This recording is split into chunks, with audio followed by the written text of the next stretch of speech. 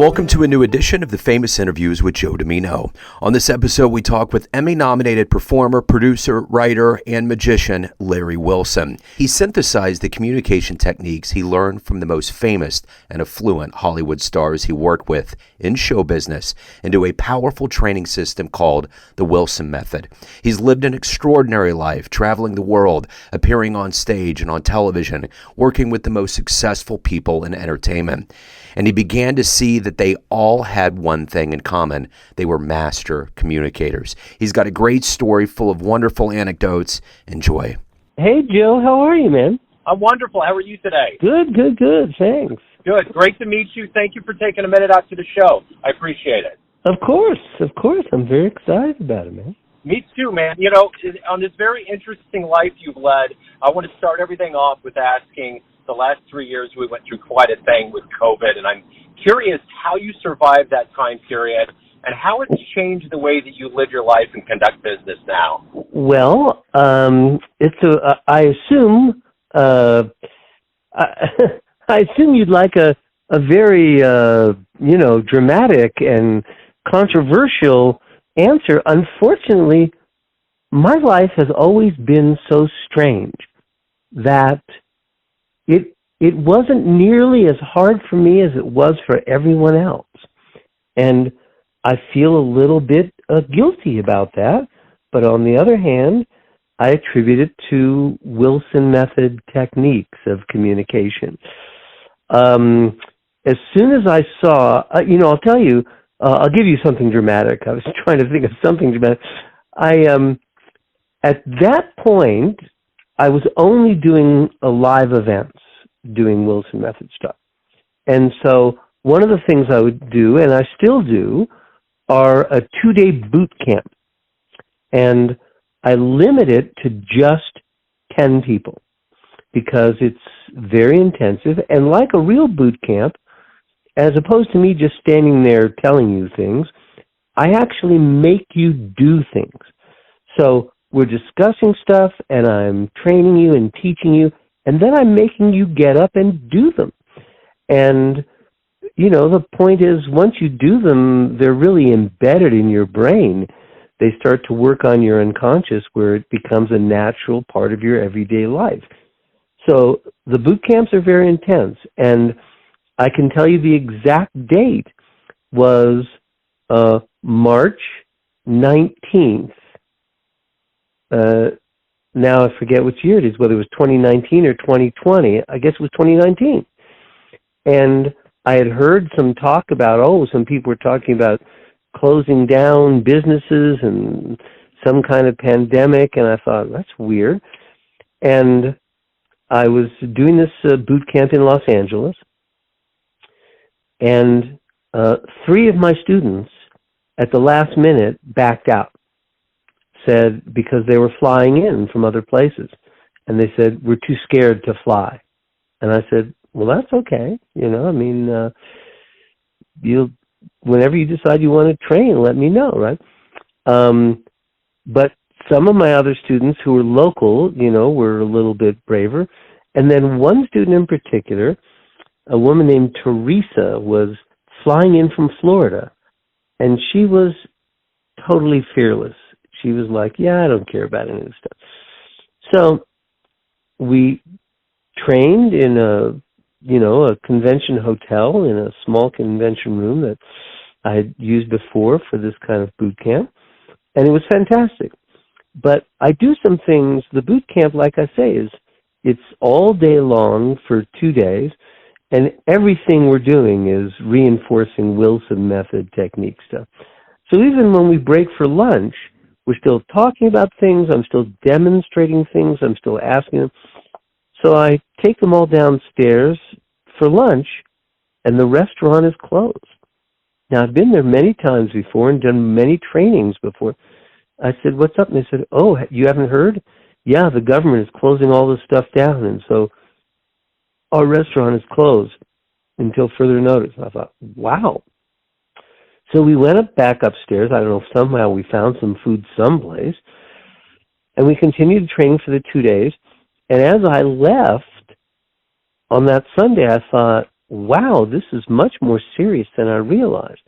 And my phone suddenly was being flooded by friends of mine in the entertainment industry who, had been working on television shows and films, and suddenly they were just sent home. No explanation, no idea of when. They're just saying, sorry, yeah, you're all being sent home. And are we being paid? No, sorry, you're not being paid. And so as I was driving away from this, I thought, wow, I better think about doing something that's online, because all these friends of mine are having a very frightening and chaotic situation where it just suddenly, their revenue just stopped. And so on that drive, I started formulating a way to do some of the Wilson Method technique. Now, it wasn't going to be as intensive. It wasn't going to be as deep as like a boot camp for 2 solid days, but it was something that people could do. And to my delight, a huge number of people jumped on and signed up for that. And I can't explain it. I wish I had a better understanding of it, but I just somehow seamlessly moved from real life to virtual online training, and it's been fantastic.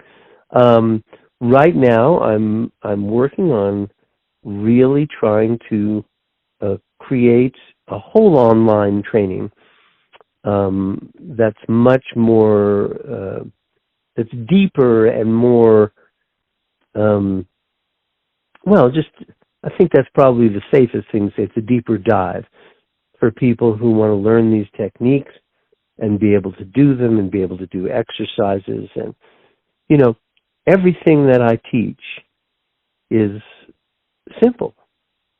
If it wasn't, I wouldn't be able to do it, It's the craziest thing, Joe.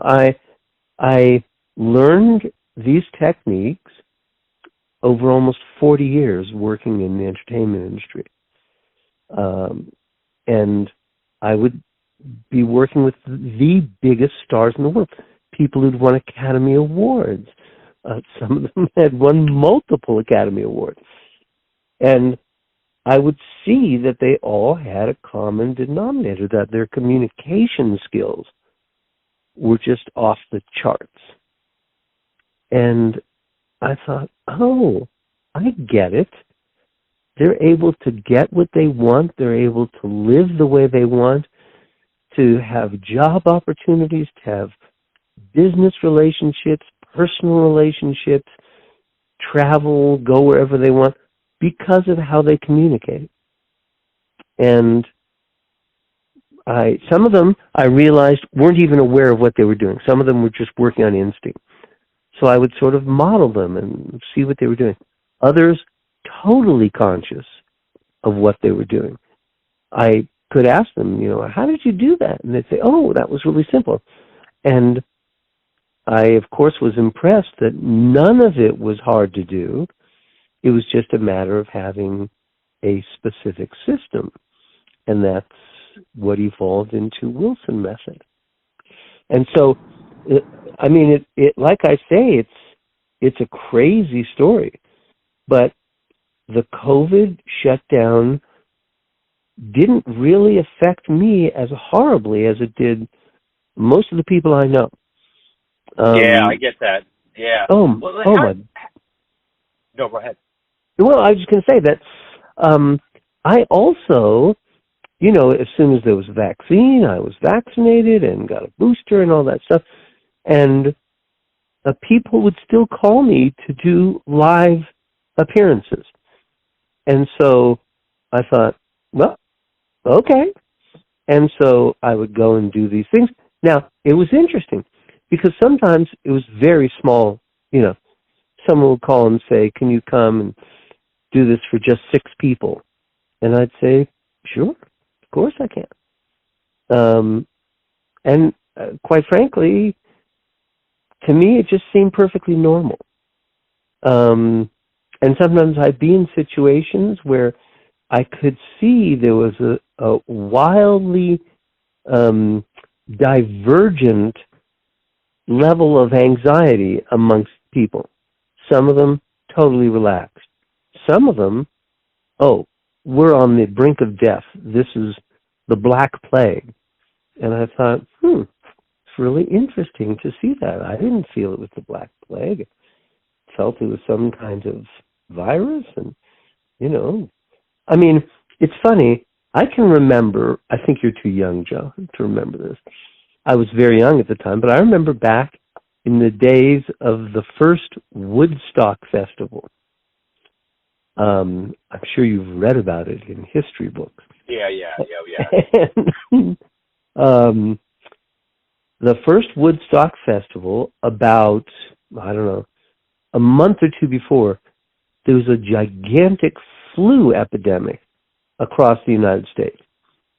I mean, people, schools are tremendous lack of students staying home because they're sick, and businesses and people sick out. And nobody said anything about it. With Woodstock, 500,000 people got together, cheek by jowl, and I don't remember hearing anything about it. And so maybe I had a false sense of security. I don't know. I was curious. I didn't want to belabor COVID too much. I really kind of wanted to scrape it. So I'm well more interested in where everything started for you, the seeds, and how you got into this life of entertainment and teaching. How did all this begin for you? Well, it's a really interesting question you're asking, because if you'd asked me when I was younger, I probably wouldn't have known, or I would have given you some sort of facile answer. But the more I think about it, and the more I'm able to think back in my life, it obviously started when I was very, very young. I wasn't aware of that's what was going on, but I had a lovely childhood. I had two loving parents and a wonderful home life, but it was a little unusual. My father was a very famous, highly esteemed psychoanalyst, and he was extremely accomplished and well-regarded. But I think part of the reason he was so successful at this and was so effective as a psychoanalyst is the certain limitations that he had personally. I think, looking back on it, he had difficulty connecting with people. And that might sound like, oh, that doesn't sound like a good combination for psychoanalysts.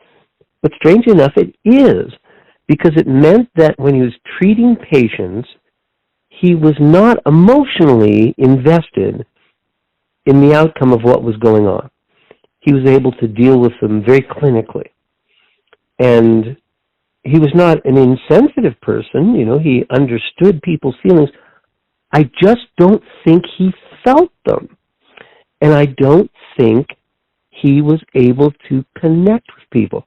As a child, as a very young child, I knew that he loved me, but I don't think I felt like he actually saw me or heard me. Have you ever had that experience? Absolutely. No, I get it, for sure. And so I think when I was very young, I was motivated towards seeking out people who I could feel that feeling with. And I remember I had a elementary school teacher, a man named Alton Cohen, who was so great that way. I mean, so fantastic. I think about him to this day. I learned so much incredible stuff from him. He, sometimes people comment on my vocabulary, and my vocabulary, I think, is a direct result of Mr. Cohen, because he would have this thing he did called chart work, where every Monday he would give us a list of 20 words, and you're supposed to go home look those up in the dictionary. This is all, of course, BC, before computers. And you were supposed to write the definition of that word and then write a sentence that showed your, using the word so that it showed you really understood its meaning. And to this day, I attribute my vocabulary to all that chart work with him. But he was also the kind of guy who had so much passion for life and teaching, and all the kids loved him, and we knew that he loved us. You could feel it. He I'm going to tell you things that are so weird here. He would frequently nickname the kids. I remember there was a kid in the class named Frank something, I can't remember, and there was another kid named Benjamin Stein. And he sat them next to each other just so he could do that joke.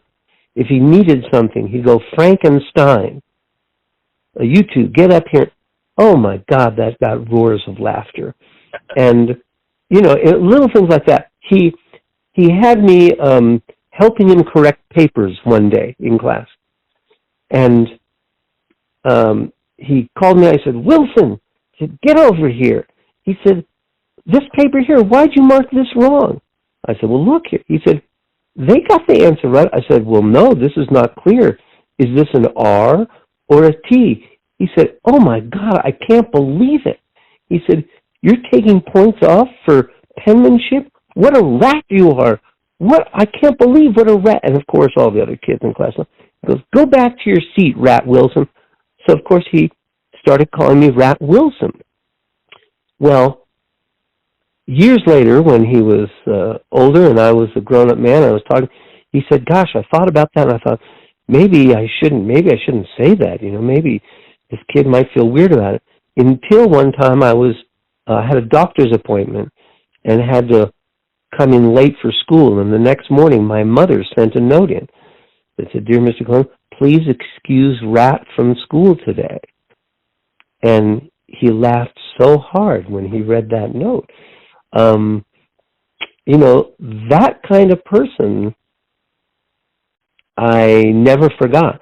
I can also tell you, I remember seeing The Wizard of Oz, the film, the first time, and thinking, oh, this guy, the wizard, he's able to do all these things because of the language that he uses, because he knows how to communicate. I know this sounds crazy, Joe. I remember so clearly thinking, my real father. And obviously this stuff, made quite an impression on me. It's strange, but my entire life. And I think that may have been what attracted me to entertainment. And I suspect people in entertainment may have responded to that as well with me. Because when they saw how eager I was to learn stuff, I never had anybody hold back anything from me. I never had anyone in entertainment, pardon me, say, oh, I can't really discuss that with you, or I don't know what you're talking about, It seemed like they were eager to share this stuff because it's also ridiculously simple stuff. Instead of talking about this hypothetically, I should give you an example of what I mean. One time I was working with Timothy Hutton on a film called Playing God that I'll bet none of your listeners have seen. I think very few people saw it. Oh, I should just check. Are you still there, Joe? Yeah, I'm here. Yeah. Oh, good, yeah. good. Yeah. I was just working. And so at some point in the middle of what we were doing, Tim said, oh, you want to take a break and get some dinner? And I said, yeah, sure. This is a Friday night, and we're in Malibu. And so he drives us down to this fancy steak place on the water.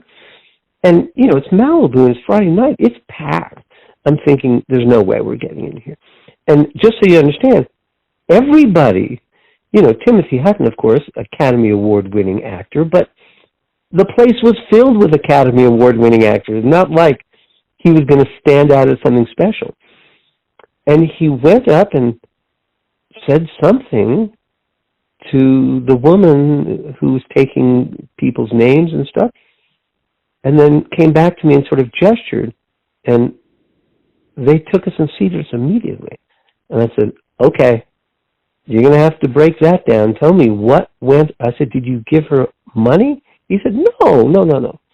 I said, what did you do? He said, I made direct eye contact with her. And I empathized with her. I said, oh, this must be very difficult for you when the place is slammed like this. And he said she looked up like I was the first person who had made any kind of comment about her and what her experience was. Clearly, another way of describing this, he didn't say this, but I interpreted it to mean she understood that he saw her, really saw her, and what she was going through. And he said, this must be really challenging. And she said, yeah. And he said, we would love to get a table for two, but I realize it may take forever. And because he was polite and because he looked at her, made eye contact with her, and empathized with her situation, she just said, come this way, and suddenly slipped us in ahead of all these people. And I thought, wow. And I thought, well, maybe that's, maybe that's just a fluke or something. But that was maybe 15 years ago that I had that experience with him. I can tell you last week, I was driving in Northern California on some back roads along the Sierra Nevada.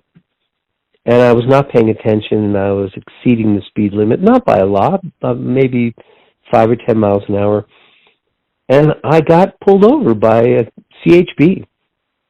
And as I saw the guy walking towards my car, I thought, what does this guy want out of this interaction?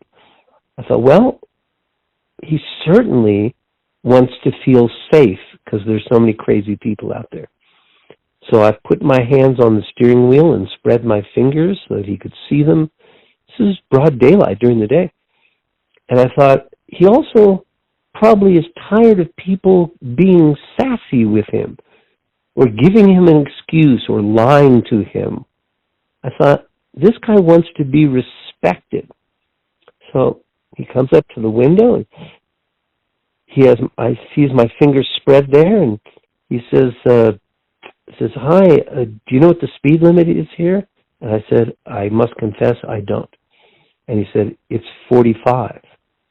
And I said, okay. I said, how fast was I going? He said, you're going 55. And I said, oh, gosh. I said, I'm sorry. I'm really sorry. And he said, can I see your license? And I said, yep.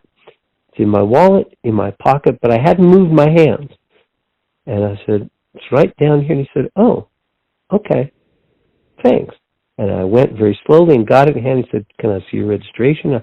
I sort of indicated with my head, it's in the glove box over here. I have to lean over and take off my seatbelt. So I did it, and he went back. And I didn't try to give him an excuse, and I didn't try to pawn it off, and I didn't try to challenge him on whether his radar gun was really... And he came back and he said, it's really important that you obey the speed limit. And I said, I understand. I said, I'm sorry, I wasn't paying attention. And he just waved me on without writing me up. And I thought, oh, that's the same stuff as Timothy Hutton. It's looking directly into someone's eyes so that they see you see them, and thinking about what they want out of this communication. Because most of us are focused on what we want out of it. And it's interesting, Joe, I can't tell you the number of times I've seen things like this. People, of course, talk about sometimes, oh, they meet some famous person, and it's a very exciting and singular experience for them. But a lot of times, one of the things they comment on is how the person looked directly at them and made eye contact with them. And this is such a simple thing to do. I guess as Shakespeare says, the eyes are the window to the soul. But it's astonishing how that has fallen by the wayside in this current era we find ourselves in. And I get it. If you're on your phone most of the time, if you're texting most of the time, you aren't making eye contact with anyone. And I'm sure you've had this experience of being someplace and trying to address someone, trying to talk to someone, and they don't look at you. Well, that eye contact, that carries some serious weight with it. So much so that sometimes people can't bear to maintain it. If you look directly at them, they'll look away because it's powerful. It's just one of a million different little tiny things. It's funny, we're doing this on technology. We're doing this podcast. It's so strange, you mentioned before about the pandemic. One of the things, of course, that came out of the pandemic was Zoom. And Zoom brought with it a whole series of its own problems, not the least of which were it's really hard for people to look directly into the camera. The camera feels like a unblinking cyclops, and unconsciously we feel we're being judged by that unblinking eye. And it makes it hard for us to maintain eye contact with that camera. If you look at people on Zoom in meetings or just friends doing stuff, you'll see how much they flinch. They make all these tiny micro movements of turning their head away and averting their eyes. They can't bear it. It's something worth practicing because it makes you almost impossible to ignore when you do it. That's one of these qualities that I saw in all these superstars. Even ones who you might think of as being shy, they still, when they spoke to you, they would look up and look directly at you. That's pretty fascinating. So I want to follow that up with this. Yeah. And I totally get the power of that. In this life that you've led, and I'm sure you have a million stories of being around famous people and being in extraordinary situations that most people won't ever be in. What is it that you're the proudest of? When you look at your body of work and what you've done and what you've accomplished, what are you the proudest of? Well, again, I'm going to give you a really sappy answer. I know what you're asking me, and I'll try to answer, but really what I'm the most proud of, I have a 17-year-old son and a wife, and those are the two things I'm the most proud of. The wife has to put up with me somehow, so I feel like that's less my work. But the son, I really am very, very proud of investing so much of my time and life into his well-being. And of course, I never talked to him specifically about these Wilson Method techniques, but he obviously saw me doing them because, all the time I'll have this experience. Someone will come up to me later and say, I met your kid. And this is like when he's like 9 or 10. They'll say, I met your kid earlier. And I'll say, oh. They said, yeah. It was the weirdest thing. He shook my hand, and he looked directly at me while he was talking to me. And I said, well, yeah, that's what you're supposed to do when you talk to him. He goes, I don't know any 10-year-olds who shake hands or look. I said, well, I guess he must have seen me doing that, But I would see this again and again and again. And, he saw the power of what that brings. So I know that's not what you're asking for, something much more glamorous. I feel this is going to sound like I'm like false modesty, but I don't mean it as false modesty. I mean to give you an accurate idea of what it feels like to be me. All the things that I've experienced, and you're right, I realize, hanging out late at night in the Star Suite at Harrah's Tahoe, many, many nights with Sammy Davis Jr., talking with him about his life and his career. I realize that's an unusual and rare experience. Meeting people like Cary Grant, and talking with him, people like Anne Margaret. I'll tell you, let's see here, this is just a side note, but I can't help but think of it. I'm sure you remember Anne Margaret from a million films, but I guess she's most well known from Bye Bye Birdie. Yeah. But then, she's co-stars with Elvis in Viva Las Vegas. The only time I've ever seen Elvis kind of upstaged, when the camera's on the two of them together, you can't look at him. You're kind of captivated by her. She was so nice and could not have been sweeter, more down-to-earth, more ordinary. When I worked with her, it was after she had a terrible accident. She'd been, it's funny I mentioned Tahoe, she'd been at the Sahara Tahoe, and then during a show had fallen off a platform about 15 feet onto her face, and terrible, terrible injuries, and had to be life-flighted out of there, all sort of stuff. They had to piece her face. And this is a beautiful, gorgeous woman that had to reassemble her face like a jigsaw puzzle. And I had heard these stories that her makeup artist, George Masters, had invented special makeup for her to try and correct. They didn't have advanced cosmetic surgery the way they do now. And I'd heard these stories. I didn't think anything of it. But at some point when I was working with her, I'd heard somebody else say, there's going to be a party upstairs, and, Anne Margaret wants to make sure that you're invited. She wants you to. And I said, thank you, yeah. And then her husband, Roger Smith, came by and said, we're having a party.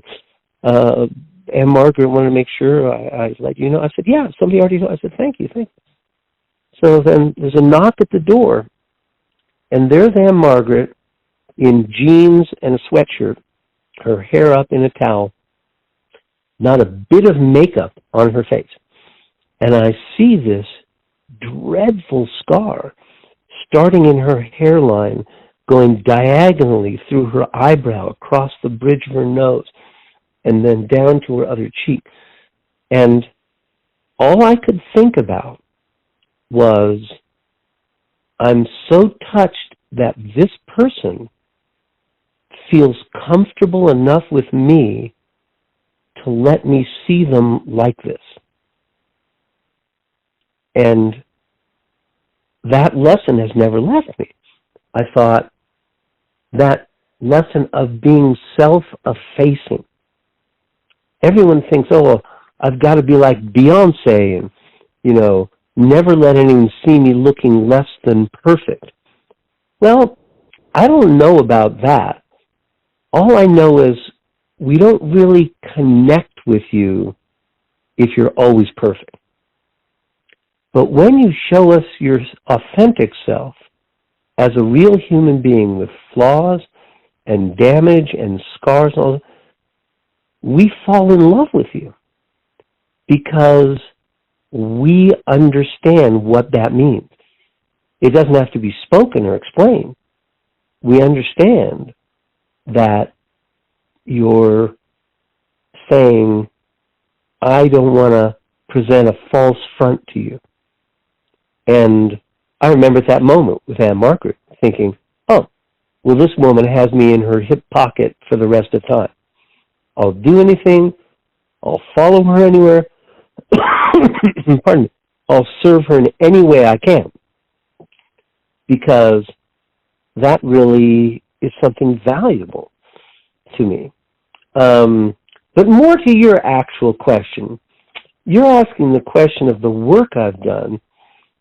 I would have to say, this is odd because I've never really thought about it. I don't think about my life that way. It all seems like exciting stuff that's an ongoing continuum of exciting things. But in 2005, I produced and starred in a live show for Harrah's in Reno, Nevada. It was a show I'd created for them. It was a psychedelic reimagining of Alice in Wonderland. And it was called Wonderland. And the whole theatrical conceit of it was that Alice is not really a major character as far as I'm concerned. She was just sort of a poser who went and came back and made the whole story about her. But that Wonderland was really a metaphor for the 1960s.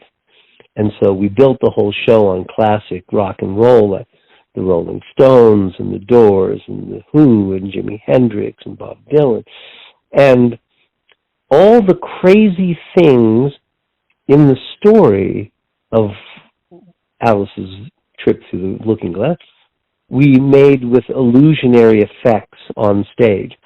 And it was a gigantic success. I mean, the first big, Harrah's had been struggling for quite a few years because there were fewer and fewer of those kinds of stars like Sammy Davis Jr. Or the Smothers Brothers, people like that. They just weren't touring the way, and many of them had passed away. So they hadn't had a hit show in quite a few years, so this was the first one that they'd had. We ran a year with that show, and it was a fantastic experience. I had a cast of 15 with me. There were all these dancers, and it was just a funny experience. But again, for me, I sometimes talk about in Wilson Method 3 C's, and those are to connect, communicate, and create. I want you to be able to connect with other people before you've said a word, so that you can communicate your message and create authentic bonds with the people you're communicating with. My experience has been that when you take the time, make the effort to create authentic connections with people, they last forever. These people never forget you. I know because there's people who've done it with me. Well, I mentioned to you Alton Cohen before. Not a day goes by I don't think of this guy. But in the same way, I've had people come up to me and say, oh, you talked to me 15 years ago. You took time out to answer this question I had about this. And I may not even remember, but they do. And that's powerful. That's some powerful stuff. That's what I felt with Wonderland, that every night we would come out after the show, and the whole cast would come out to meet people and talk to them. And we were mobbed every night. And it was not because people wanted to ask us for autographs or something. I mean, of course, everyone wants photos taken, but they clearly felt connected with us and wanted to hang out. I mean, they wanted to continue the experience.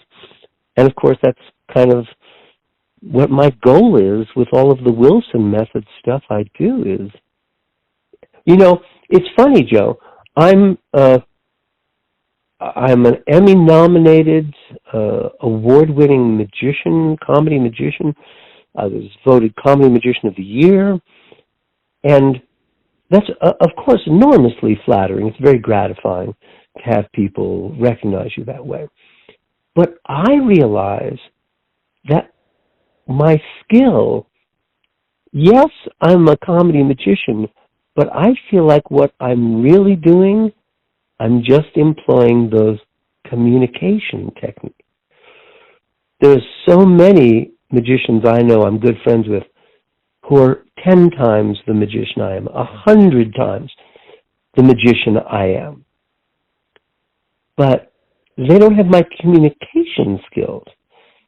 And so frequently they don't connect as strong with an audience. And of course, like I told you earlier in this podcast, if you'd asked me 20 years ago, I probably wouldn't have realized that. It's only thinking about it more, and the more I work on Wilson method, the more I have to deconstruct things and examine them. So I go, what is this, and how does this work, and why is this so strong? I didn't realize at the moment that I saw Aunt Margaret with no makeup on why it had such a powerful impact on me. I didn't know at the time. I felt really strongly I was welded to this person now. It's funny, I was talking about my vocabulary before. The word that comes to mind is a myrmidon, which is a loyal warrior who will follow you into battle without question.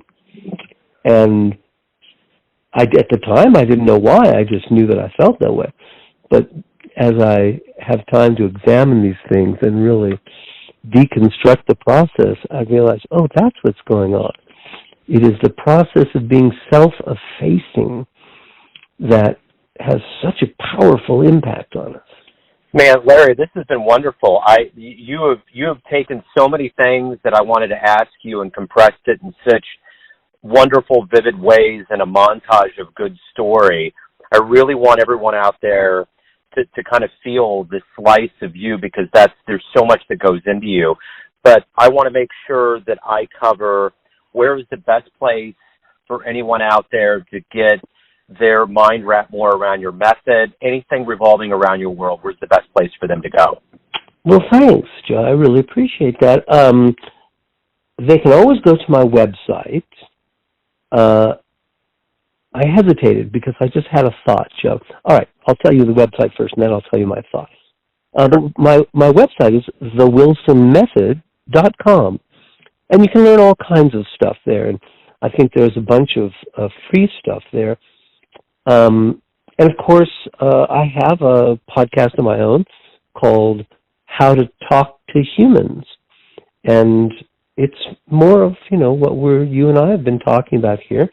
And it's practical instruction. Some of it is explaining where it came from, some explaining how to do it. But let's do something special for your people, Joe. I'm going to have my IT guy put up a special page.